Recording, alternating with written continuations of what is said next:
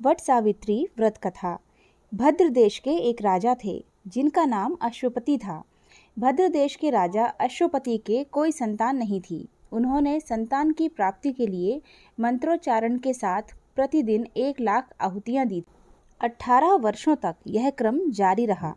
इसके बाद सावित्री देवी ने प्रकट होकर वर दिया कि राजन, तुझे एक तेजस्वी कन्या पैदा होगी। सावित्री देवी की कृपा से जन्म लेने के कारण से कन्या का नाम सावित्री रखा गया। कन्या बड़ी होकर बेहद रूपवान हुई। योग्य वर न मिलने की वजह से सावित्री के पिता दुखी थे। उन्होंने कन्या को स्वयं वर तलाशने भेजा। सावित्री तपोवन में भटकने लगी। वहाँ साल्व देश के राजा द्युमत्सेन रहते थे, क्योंकि उनका राज्य किसी ने छीन लिया था। उनके पुत्र सत्यवान को देखकर सावित्री ने पति के रूप में उनका वरण किया। ऋषिराज नारद को जब यह बात पता चली तो वह राजा अश्वपति के पास पहुँचे और कहा कि हे राजन, यह क्या कर रहे हैं आप? सत्यवान गुणवान है, धर्मात्मा है और बलवान भी हैं, पर उसकी आयु बहुत छोटी है। वह अल्पायु है। 1 वर्ष के बाद ही उसकी मृत्यु हो जाएगी।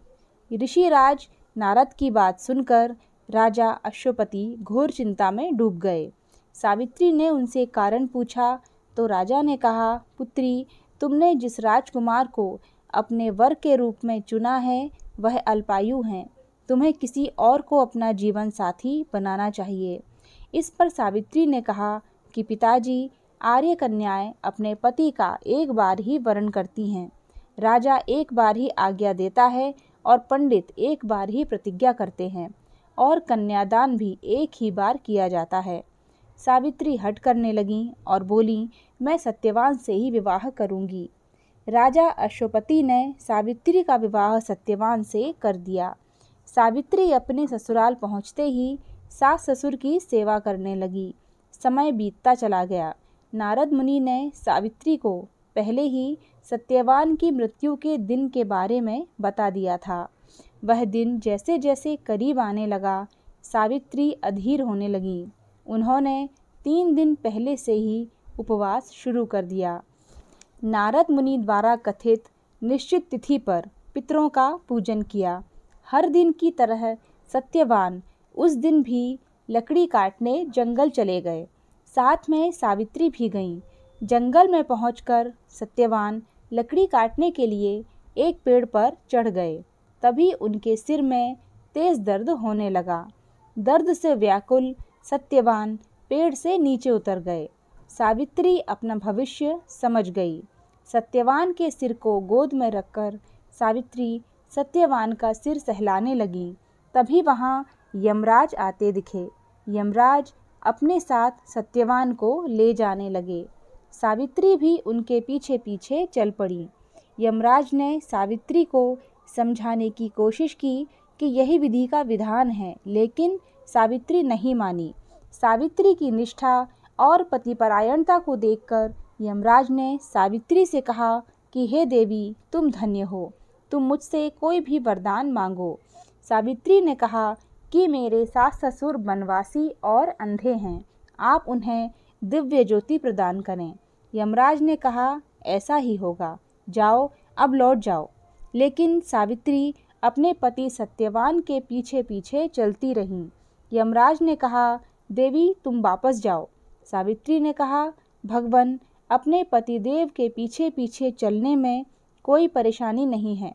पति के पीछे चलना मेरा कर्तव्य है। यह सुनकर उन्होंने फिर से उसे एक और वर मांगने के लिए कहा। सावित्री बोली, हमारे ससुर का राज्य छिन गया है, उसे पुनः वापस दिला दें। यमराज ने सावित्री को यह वरदान भी दे दिया और कहा, अब तुम लौट जाओ। लेकिन सावित्री पीछे पीछे चलती रहीं। यमराज ने सावित्री को तीसरा वरदान मांगने को कहा। इस पर सावित्री ने 100 संतानों और सौभाग्य का वरदान मांगा। यमराज ने इसका वरदान भी सावित्री को दे दिया। सावित्री ने यमराज से कहा कि प्रभु, मैं एक पतिव्रता पत्नी हूँ और आपने मुझे पुत्रवती होने का आशीर्वाद दिया है। यह सुनकर यमराज को सत्यवान के प्राण छोड़ने पड़े। यमराज अंतर्ध्यान हो गए और सावित्री उसी वट वृक्ष के पास आ गईं, जहां उसके पति का मृत शरीर पड़ा था। सत्यवान जीवंत हो गए और दोनों खुशी खुशी अपने राज्य की ओर चल पड़े। दोनों जब घर पहुँचे तो देखा कि माता पिता को दिव्य ज्योति प्राप्त हो गई है। इस प्रकार सावित्री सत्यवान चिरकाल तक राज्य सुख भोगते रहे। अतः पतिव्रता सावित्री के अनुरूप ही प्रथम अपने सास ससुर का उचित पूजन करने के साथ ही अन्य विधियों को प्रारंभ करें। वट सावित्री व्रत करने और इस कथा को सुनने से उपवासक के वैवाहिक जीवन या जीवन साथी की आयु पर किसी प्रकार का कोई संकट आया भी हो तो वो टल जाता है। जय हो गौरी माता की, जय हो सावित्री माता की। वट सावित्री व्रत कथा समाप्त हुई। वीडियो अच्छा लगा है तो लाइक शेयर सब्सक्राइब ज़रूर कीजिए। ऐसे ही यूज़फुल वीडियो हम अपने चैनल पर लेकर आते रहते हैं। आप सभी को वट सावित्री व्रत की बहुत बहुत शुभकामनाएं। फिर मिलते हैं अगले वीडियो में नई जानकारियों के साथ। जय माता दी।